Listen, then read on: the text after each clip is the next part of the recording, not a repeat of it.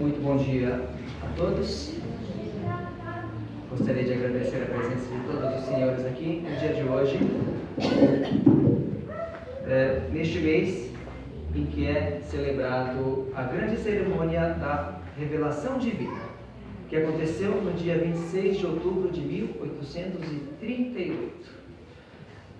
Por isso que nós falamos grande cerimônia. Houve a revelação de Deus no mês de outubro. No ano nós temos duas grandes cerimônias, a de janeiro e a de outubro.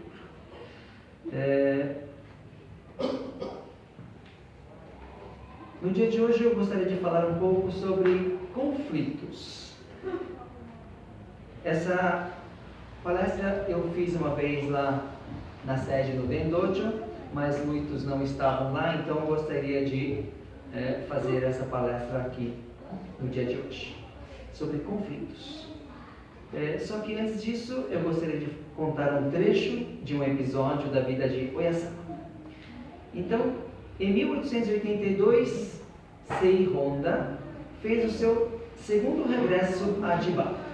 Nesta ocasião, sua barriga estava começando a crescer novamente, pois sofria de uma doença popularmente chamada de barriga d'água. Oyasama, vendo a barriga, dirigiu-lhe estas palavras: "Você deve estar sofrendo muito com essa barriga, porém, não é poeira acumulada nesta geração. Está trazendo-a desde 2 vidas anteriores.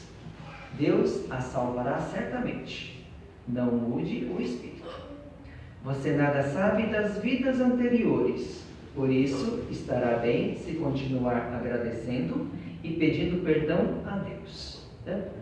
Este episódio é o episódio 199, que tem o título "Tem 1 ano de idade". Para quem quiser saber a continuação, poderão ler no livro. Atualmente, eu faço parte da diretoria da Associação Infanto-Juvenil da Tenrikyo como diretor-presidente. E todos os anos faço uma saudação na cerimônia de abertura e encerramento no Encontro das Crianças, o Tsudoi, que acontece em janeiro. E tenho a oportunidade de transmitir algumas palavras às crianças nesta ocasião da cerimônia. Ano passado, como o tema do encontro foi acordar cedo, ser honesto e ser trabalhador no paraíso pirata, na cerimônia de encerramento falei sobre o tema e, ao falar do ser honesto, eu disse o seguinte: quando pegamos algo emprestado de alguém, devemos devolver e agradecer. Ser honesto também é pedir desculpas se estivermos errados.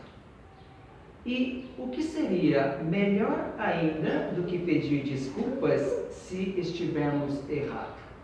O que será melhor do que pedir desculpas se estivermos errados? É pedir desculpas, mesmo que pensemos que não estamos errados. Isso não é fácil, mas se conseguirmos, a felicidade chegará mais rápido. Foi essa saudação que eu fiz na cerimônia de encerramento. Depois que fiz a saudação, eu pensei assim: nossa, falei bonito. No começo de fevereiro do ano passado, a minha esposa Mieko, ela quis adotar uma cadelinha. Na verdade, eu nunca fui muito a favor de ter um cachorro na igreja, isso porque já tínhamos um pastor alemão. Mas, como a saúde dela estava bastante debilitada, achei que a adoção de um filhote poderia lhe trazer um pouco de alegria. Então, consenti a adoção. E estávamos convivendo com a cadelinha desde então. Aqui na igreja, toda sexta-feira à noite, realizamos o serviço de solicitação, onde os fiéis se reúnem para participar. E os meus pais, que estão morando em Suzano, também vêm participar deste serviço toda semana. Quando eles chegaram à igreja, encontrou toda a área da entrada, como a escadaria, os corredores e os arredores repleto de cocô, né? Era a cadelinha que ainda estava se adaptando à igreja. No dia anterior eu havia limpado toda a área da igreja, mas em pouco tempo a cadelinha havia feito muitas sujeiras em um monte de lugares diferentes. O meu pai, ao chegar, ao ver toda aquela sujeira, primeiramente me chamou e, apontando as áreas sujas, começou a subir o seu tom de voz. Olha, como a igreja está imunda, cheia de cocô para todos os lados. Você acha que os fiéis irão gostar de vir à igreja desta forma? Atualmente eu estou morando em Suzano, fora da igreja, porque estou fazendo a divulgação. E a sua obrigação é de respeitar os pais. Se não tem condições de criar, vai devolver a cadela. Se não consegue devolver, eu vou devolver a cadela agora. Não tem nada para falar? Ele queria falar assim: a igreja está uma merda! Só que ele não falou porque é japonês, né? A minha única frase foi: não precisa devolver.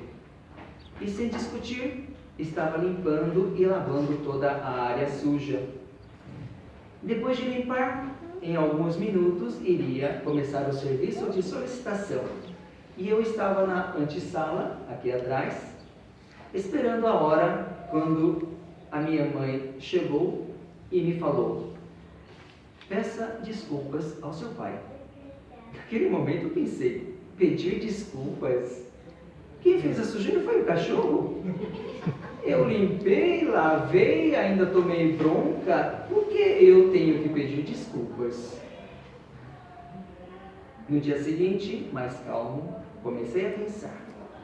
E me surpreendi, chegando à conclusão de que as minhas palavras estavam diferindo da prática.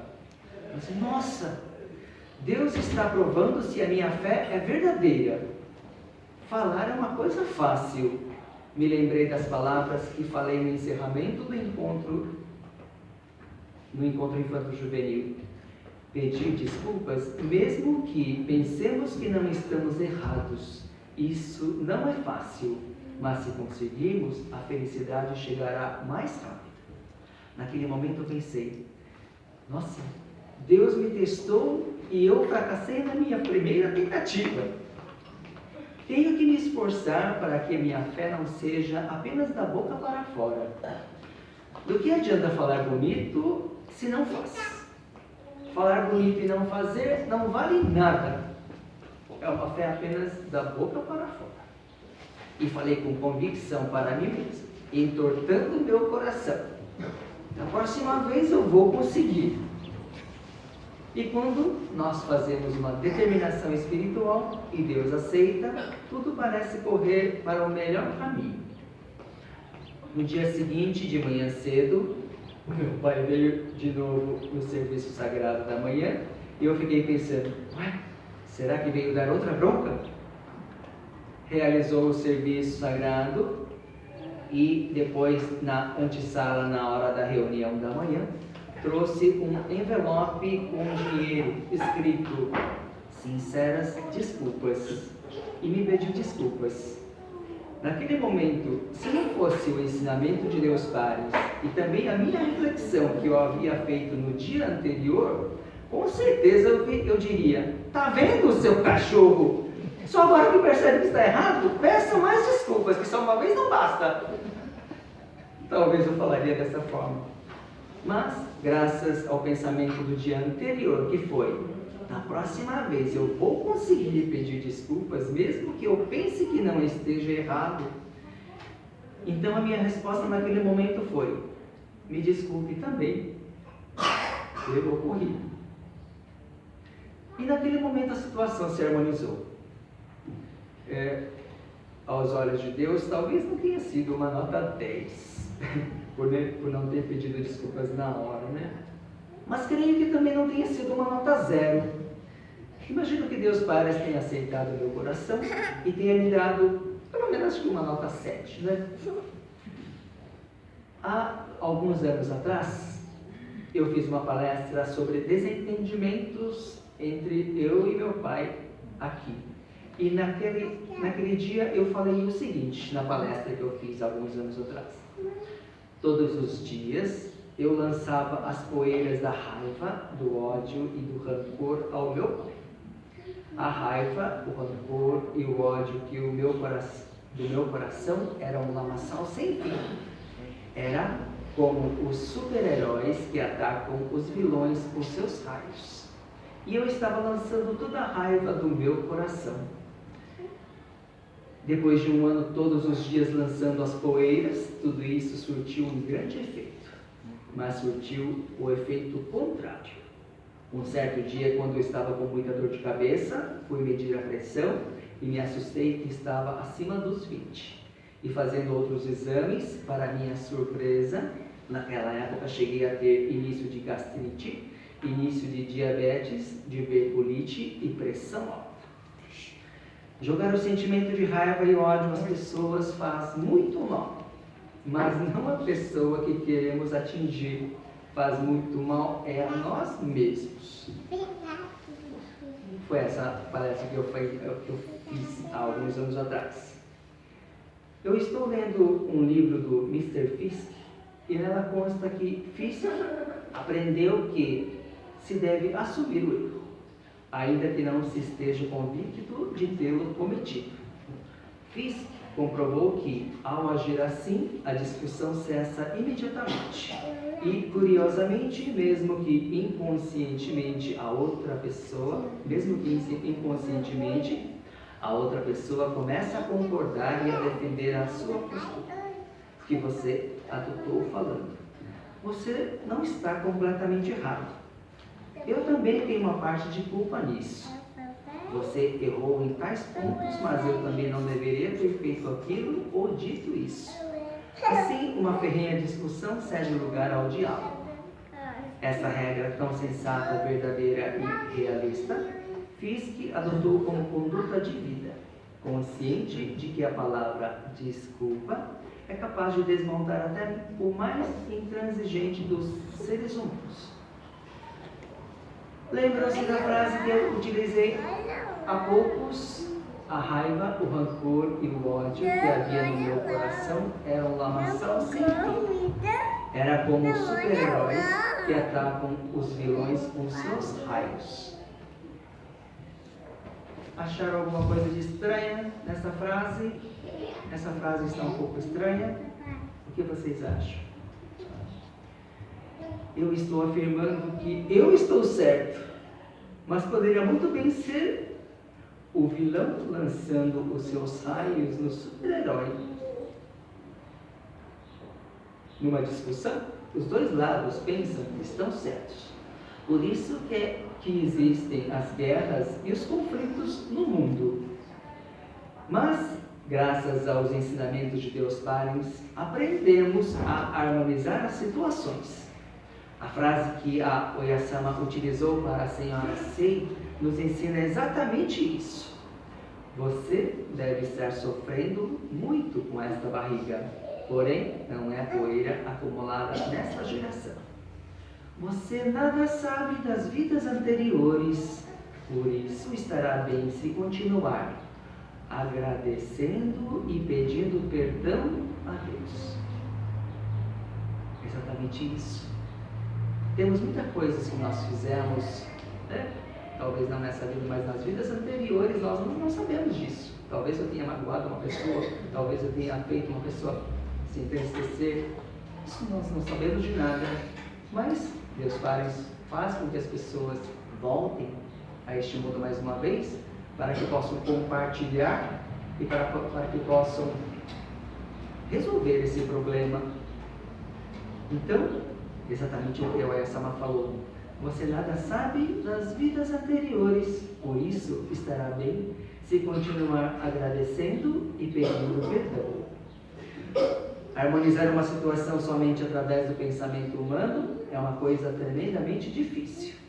Mas se o nosso coração determina em harmonizar a situação, todo o resto do trabalho difícil, Deus com certeza se encarrega.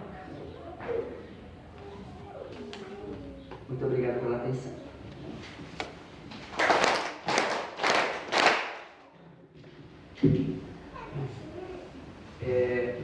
Sempre falo dos episódios da vida de Oya-sama, do informativo que é distribuído aqui. Gostaria de falar sobre o episódio desse mês. Fala assim: um kimono para a sua filha. No início de junho de 1883, Ihachiro e Koiso Yamada regressaram à residência de Oya-sama, levando a filha em agradecimento pelo seu primeiro aniversário. Oya-sama ficou muito contente e concedeu nesta ocasião um kimono vermelho, dizendo: faça um kimono para sua filha. Levando-o para casa, Koiso descosturou as mangas e utilizou-as para fazer a faixa e o kimono de Ikue. Em fins de junho, vestiu o kimono pela primeira vez e voltou à residência para agradecer pelo presente. Fazia 3 dias que Murata havia começado a fazer tofu. Após construir uma casa com cobertura de palha, e Oya-sama disse: queria ver o poço da casa de tofu, mas como não convinha ir sozinha, estava pensando se ao menos a Ikue viesse e poderíamos ir juntas. E realmente veio como eu desejava. E foi ver o poço carregando Ikue nas costas. Oya-sama era sempre assim, atenciosa, não só com os adultos, mas também com as crianças. De onde quer que elas fossem, ao voltar disse a Ikue: graças a você tive a oportunidade de ver o poço. A outra parte do kimono vermelho recebido foi consagrada no altar como símbolo divino. Muitas vezes ao lermos somente esse episódio ficamos assim, legal, Oya-sama era bem atenciosa, legal, né? Mas existe um episódio anterior que quando essa Ikue, aquele episódio ela está com 1 ano, né? Há 1 ano atrás, quando Koiso engravidou, a Oya-sama falou assim: olha, vai ser uma menina e você vai ter um parto bastante fácil, porque eu vou conceder a permissão do parto feliz. Ela recebeu a permissão do parto feliz e quando ela voltou para casa, todas as pessoas da casa foram trabalhar na roça e ela ficou sozinha. Nesse momento ela começou a sentir as contrações e como não havia ninguém, ela fez todo o parto sozinha, né? Teve um parto leve, tranquilo, colocou a roupinha no bebê e quando as pessoas voltaram do trabalho, viram que o bebê já havia nascido. Oya-sama havia falado para ela assim: dessa vez será uma prova. Ao ter o bebê, você vinha diretamente à residência, a minha residência, a residência de Oya-sama. Não passe nem pela casa dos seus pais, venha primeiramente aqui, né? E foi quando ela, depois de 2 dias, a mãe Koiso levou a sua filha para apresentar a Oya-sama, né? A Oya-sama naquele momento, que bacana, né? Ela sentiu realmente que Koiso teve gratidão por ter recebido a permissão do parto feliz, né? E nesse momento, quando ela estava fazendo o aniversário de 1 ano, Oya-sama deu de presente um kimono para que fizesse para ela, né? E ela estava pensando assim: puxa, eu queria ir ver lá o poço na casa da pessoa, mas sozinha, se a Ikue viesse, e ela veio, né? Então ela sabe de tudo que acontece no nosso coração, né? Sendo assim, ao estarmos aqui frente a Oya-sama, se nós tivermos alguma dificuldade, algum problema, né? Gostaria que comentassem com a Oya-sama, conversassem com a Oya-sama, que, sendo sincero, tenho certeza que ela nos mostrará as suas respostas. Agradeço a presença de todos nos dias de hoje mais uma vez. Gostaria de encerrar. Muito obrigado.